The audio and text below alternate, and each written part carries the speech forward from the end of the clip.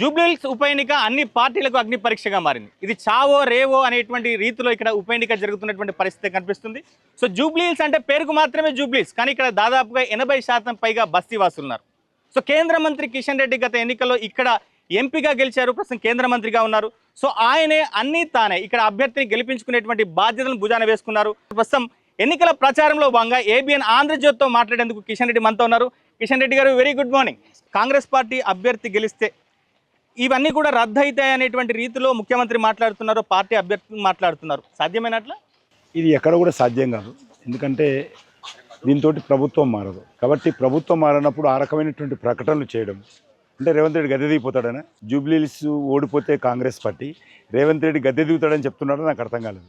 కాబట్టి ఆ రకంగా బెదిరించడము ఇది ఒక రకమైనటువంటి పరోక్షంగా బెదిరింపులే, అంతే తప్ప వేరేం లేదు. మీరు ఇవ్వకపోతే మీకు బియ్యం ఇయ్యము, మీరు ఆయన ఇస్తున్నది బియ్యం కూడా ఆయన కాదు, కేంద్ర ప్రభుత్వం ఇస్తున్న బియ్యాన్ని ఆయన పేరు పెట్టుకొని 1 కిలో యాడ్ చేసి ఈరోజు మా బియ్యం అని చెప్పుకుంటున్నారు. ఇప్పటికి కూడా తెలంగాణలో ఇస్తున్నటువంటి ప్రతి వ్యక్తికి 5 కేజీల బియ్యం కేంద్ర ప్రభుత్వాన్ని, 1 కేజీ కాంగ్రెస్ పార్టీ ప్రభుత్వం యాడ్ చేస్తుంది, 6 కేజీస్.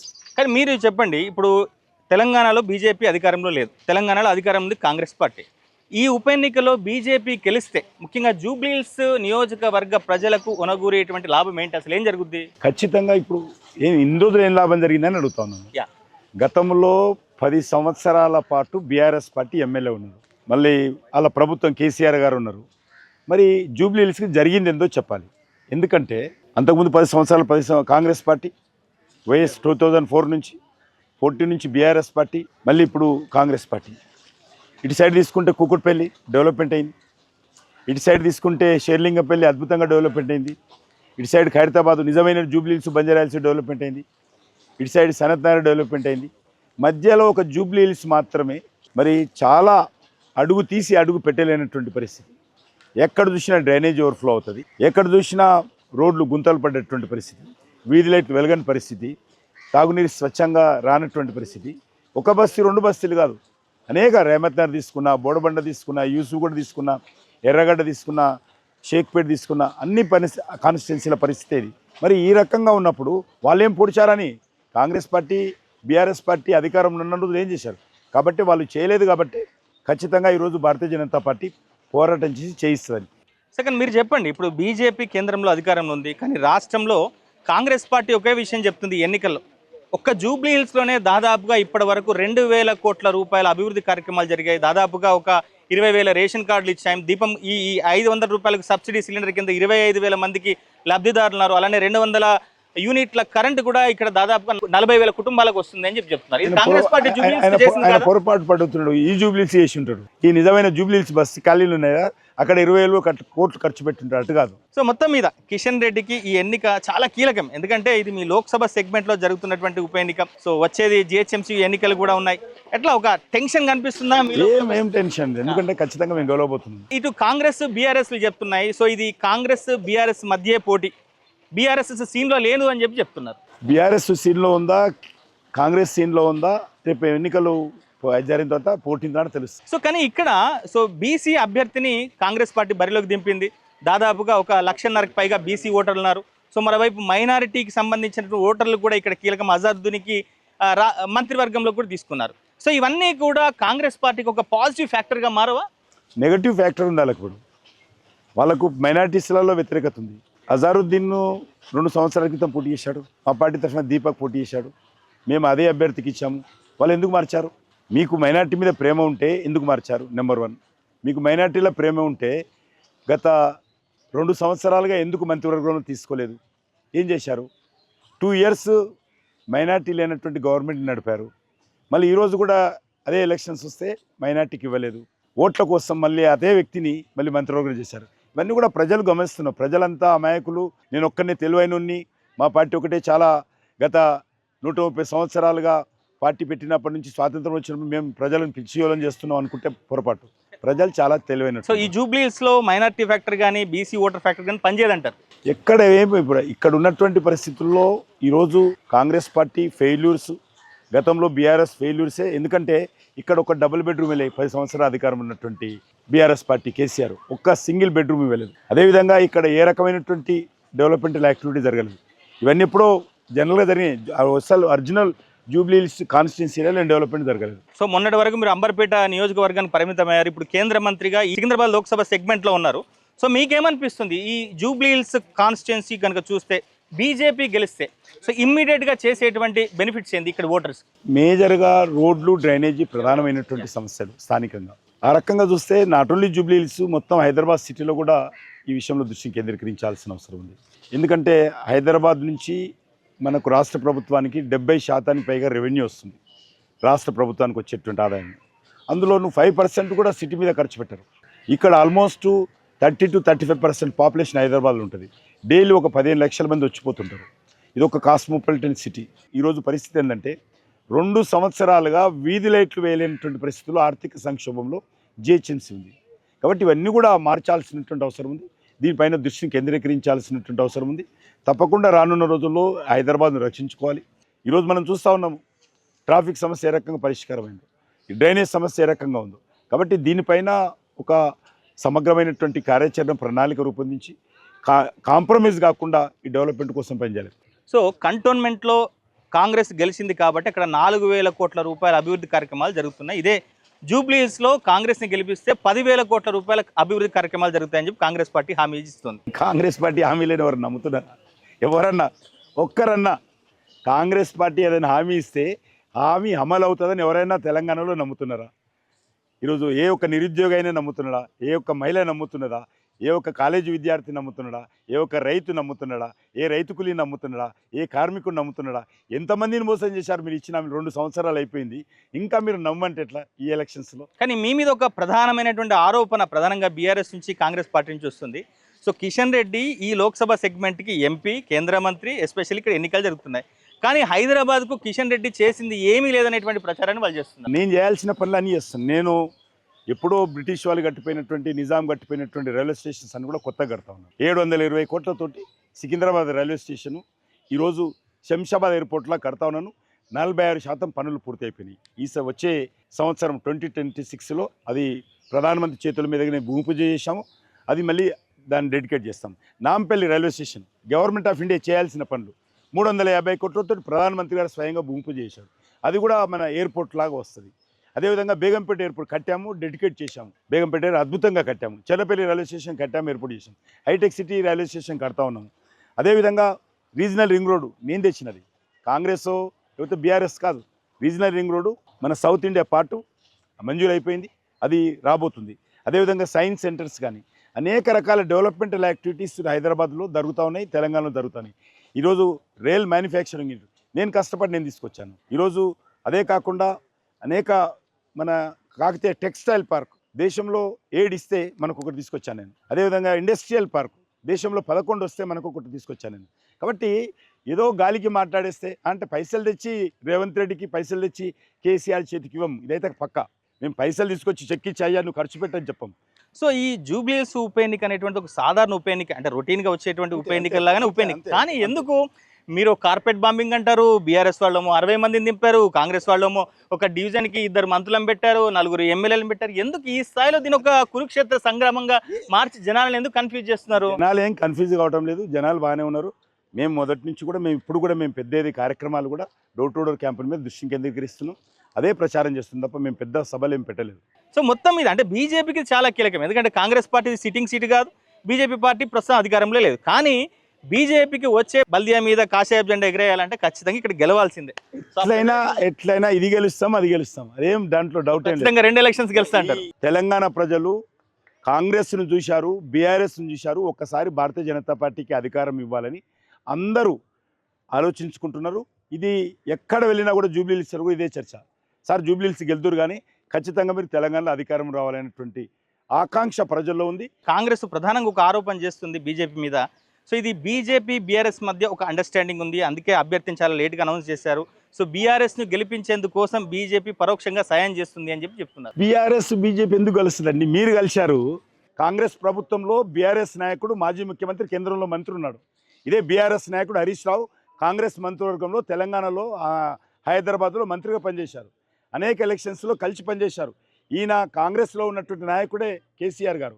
ఇప్పుడు కూడా వాళ్ళు కాంగ్రెస్తో ఒప్పందం కుదిరింది హై లెవెల్ కమిటీ. ఖచ్చితంగా ఈరోజు కాకపోయినా రేకపోయినా కాంగ్రెస్ బీఆర్ఎస్ కలిసిపోతారు భారతీయ జనతా పార్టీకి వ్యతిరేకంగా. ఇది రాసి పెట్టుకోండి. సో ఫైనల్గా మీరు ఏం ఓటర్లకు ఏం చెప్పదలుచుకున్నారు మీరు? జూబ్లీ హిల్స్ డెవలప్మెంట్ విషయంలో ఒకటి, తెలంగాణ భవిష్యత్ దృష్ట్యా రెండు, ఈ రెండు అంశాలను దృష్టి పెట్టుకోవాల్సింది కోరుతా ఉన్నాను. కాంగ్రెస్ పార్టీ బీఆర్ఎస్ పార్టీ వెనక పడేశారు.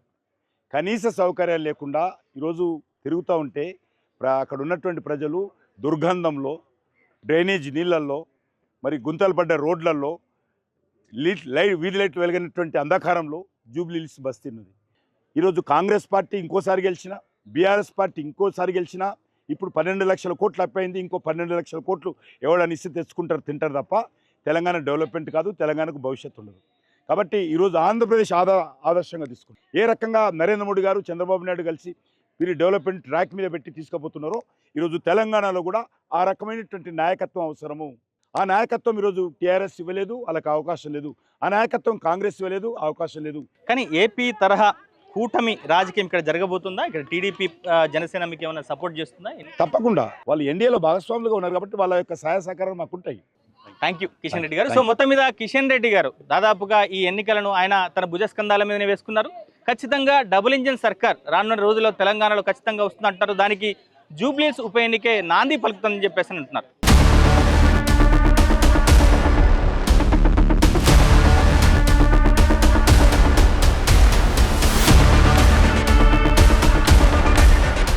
సో మొత్తం మీద జూబ్లీ హిల్స్ ఎన్నికల్లో చాలా హోరాహోరీ వాతావరణం అయితే కనిపిస్తుంది. ప్రధానంగా 3 పార్టీలు కూడా సో వాళ్ళు దాదాపుగా 24 గంటల పాటు ప్రచారం చేస్తున్నటువంటి పరిస్థితి కనిపిస్తుంది. సో పగలు రాత్రి తేడా లేకుండా నేతలంతా కూడా ప్రచారంలో నిమగ్నమైనటువంటి పరిస్థితి ఉంది. సో నాతో పాటు చూడొచ్చు మీరు పీసీసీ చీఫ్ మహేష్ కుమార్ గౌడ్ కూడా ఉన్నారు. సో వీళ్ళంతా కూడా ముఖ్యంగా రేవంత్ రెడ్డి సాయంత్రం పూట రోడ్ షోలు చేస్తుంటే, మరోవైపు కాంగ్రెస్ పార్టీ నాయకులంతా కూడా ఇంటింటి ప్రచారం అయితే చేస్తున్నారు. సో నాతో పాటు మహేష్ కుమార్ గౌడ్ గారు ఉన్నారు. సో మహేష్ గారు, సో ఎట్లా అనిపిస్తుంది వాతావరణం చూస్తుంటే? సో ఎందుకు ఈ స్థాయిలో ఒక సాధారణ ఉప ఎన్నికకు ఎందుకు ఇంత హైప్ తీసుకురావాల్సిన పరిస్థితి ఉంది? ఉప ఎన్నిక సాధారణంగా జరిగే ఎన్నికలైనప్పటికీ ఇతర పార్టీలు అబద్ధ ప్రచారాలు చేస్తున్నారు కాబట్టి కొంత జాగ్రత్త పడాల్సి వస్తున్నది.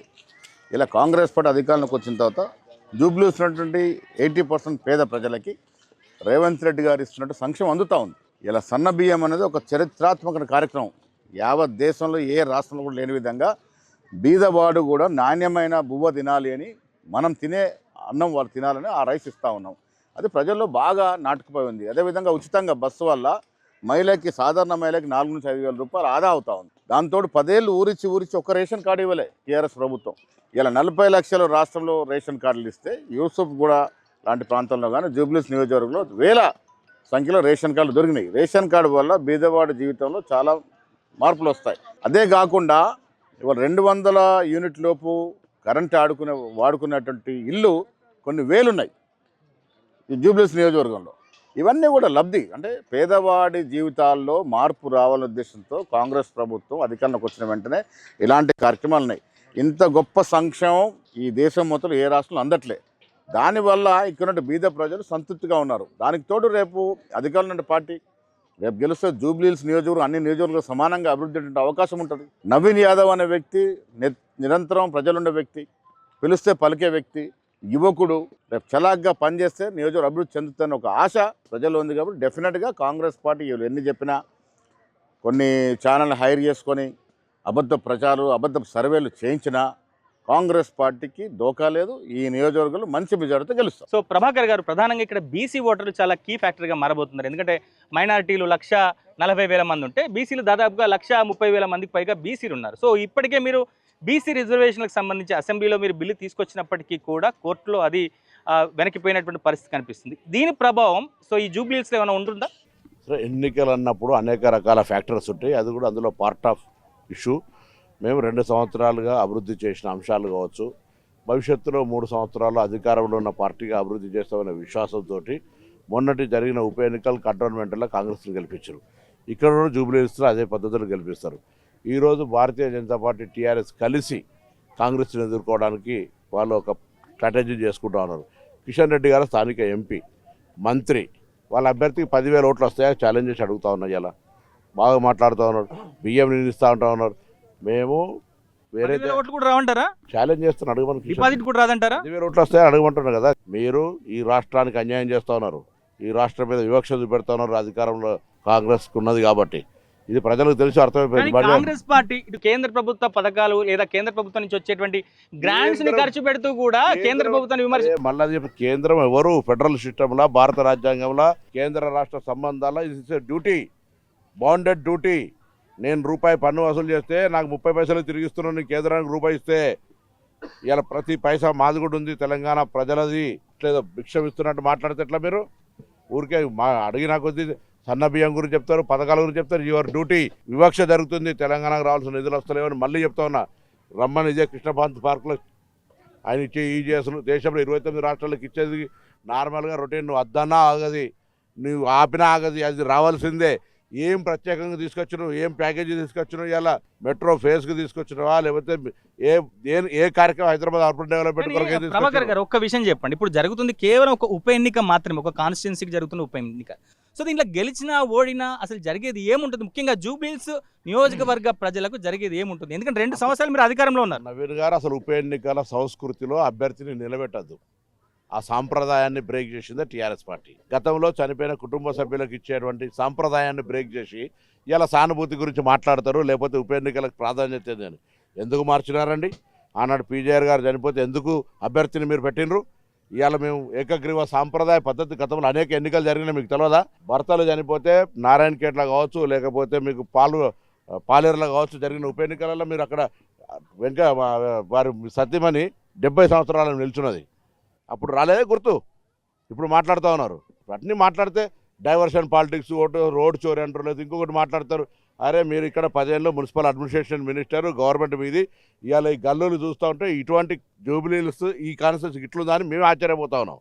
సో మీరు బీసీ అభ్యర్థి అంటున్నారు, కానీ ఇదే బీసీ అభ్యర్థి మీద రకరకాల విమర్శలు, ఆరోపణలు. ఒక ఆకు రౌడీ అంటారు, ఆయన తండ్రి ఒక పెద్ద రౌడీ అంటున్నారు, ఆయన బైండ్ ఓవర్ చేశారని చెప్పేసి అంటారు. ఒక సానుభూతి వర్సెస్ రౌడీజం అనేటువంటి ప్రచారం జరుగుతుంది. అవన్నీ మాకు ఆశీర్వచనం.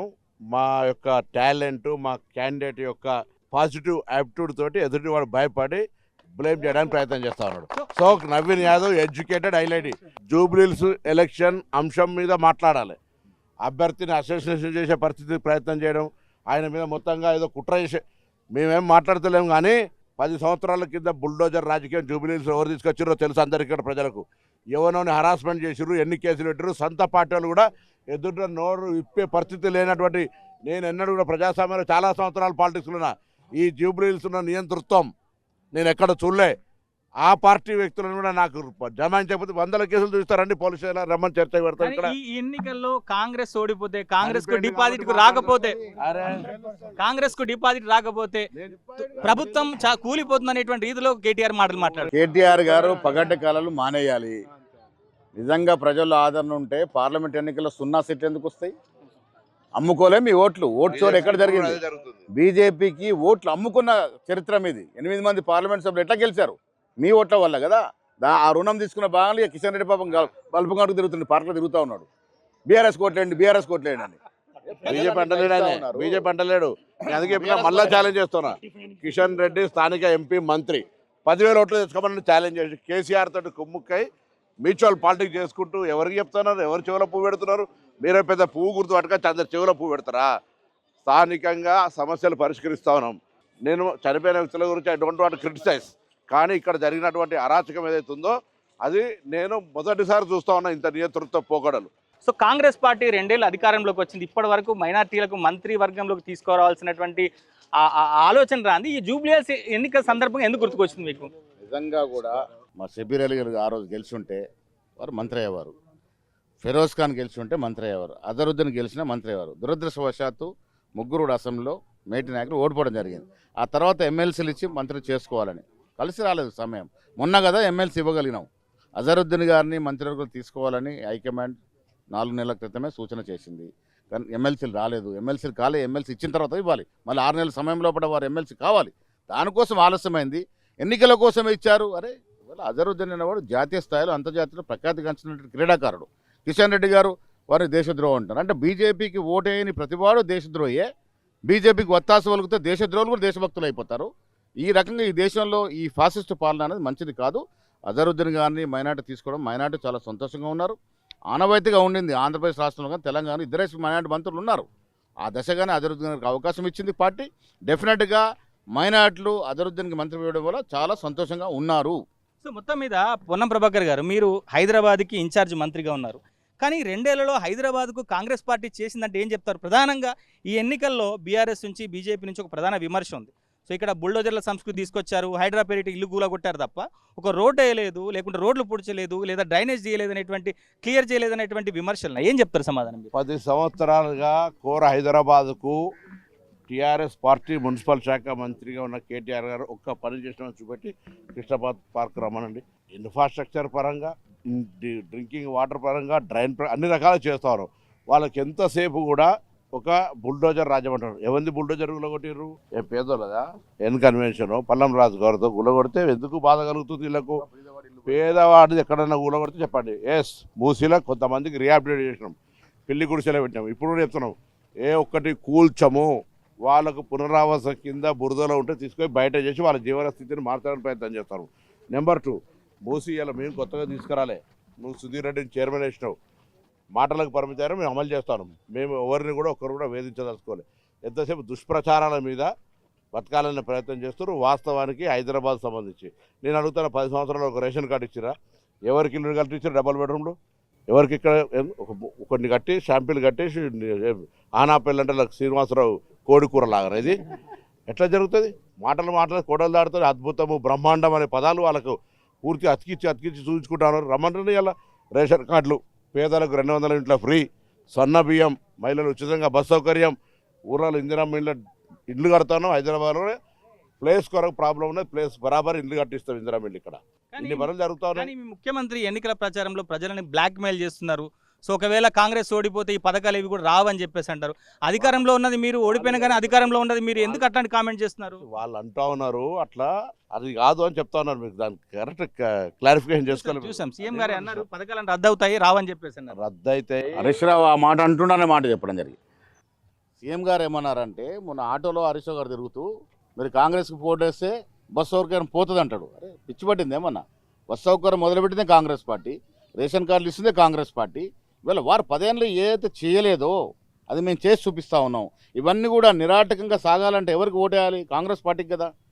ఫంక్షన్స్, సంక్షేమం అంతా కూడా ముందు భవిష్యత్తులో జరగాలంటే కాంగ్రెస్ పార్టీ ప్రత్యక్షంగా ఉండాలి. అది మేము చెప్తుంది. వాళ్ళు బ్లాక్మెయిల్ చేస్తూ ఉన్నారు. ఇక్కడ ఎలక్షన్ల సీటు కాంగ్రెస్ ఓడిపోతే ఎట్లా రద్దు అవుతాయి? ఇంకా 3 ఏళ్ళు అధికారంలో బిడ్డా మేము. 3 ఏళ్ళు ఇంకా జూబ్లీహిల్స్ అభివృద్ధిని చేసేది ఉంది మాకు. మా నవీన్ యాదవ్ గెలుస్తాడు. జూబ్లీహిల్స్ నియోజకవర్గం అంతా కూడా అన్ని రంగాలు అభివృద్ధి పరుస్తాం. సో ఇది మొత్తం మీద కాంగ్రెస్ పార్టీ పీసీసీ ప్రెసిడెంట్ అలానే హైదరాబాద్ ఇన్ఛార్జ్ మంత్రి పొన్నం ప్రభాకర్ చెప్తున్నారు. ఖచ్చితంగా కాంగ్రెస్ పార్టీ అభ్యర్థి గెలిచి తీరుతాడు. ఖచ్చితంగా సంక్షేమ పథకాలన్నీ కూడా అమలైతే ప్రధానంగా జూబ్లీహిల్స్కి ఎక్కువగా సింహభాగం ఈ పథకాలన్నీ కూడా వస్తాయని చెప్తున్నారు. చూద్దాం సో ఫలితాలు ఎట్లా ఉంటాయో, ఓటర్ల మనోగతం ఎట్లా ఉంటుందో చూద్దాం. Keep watching ABN Andhra Jyothi.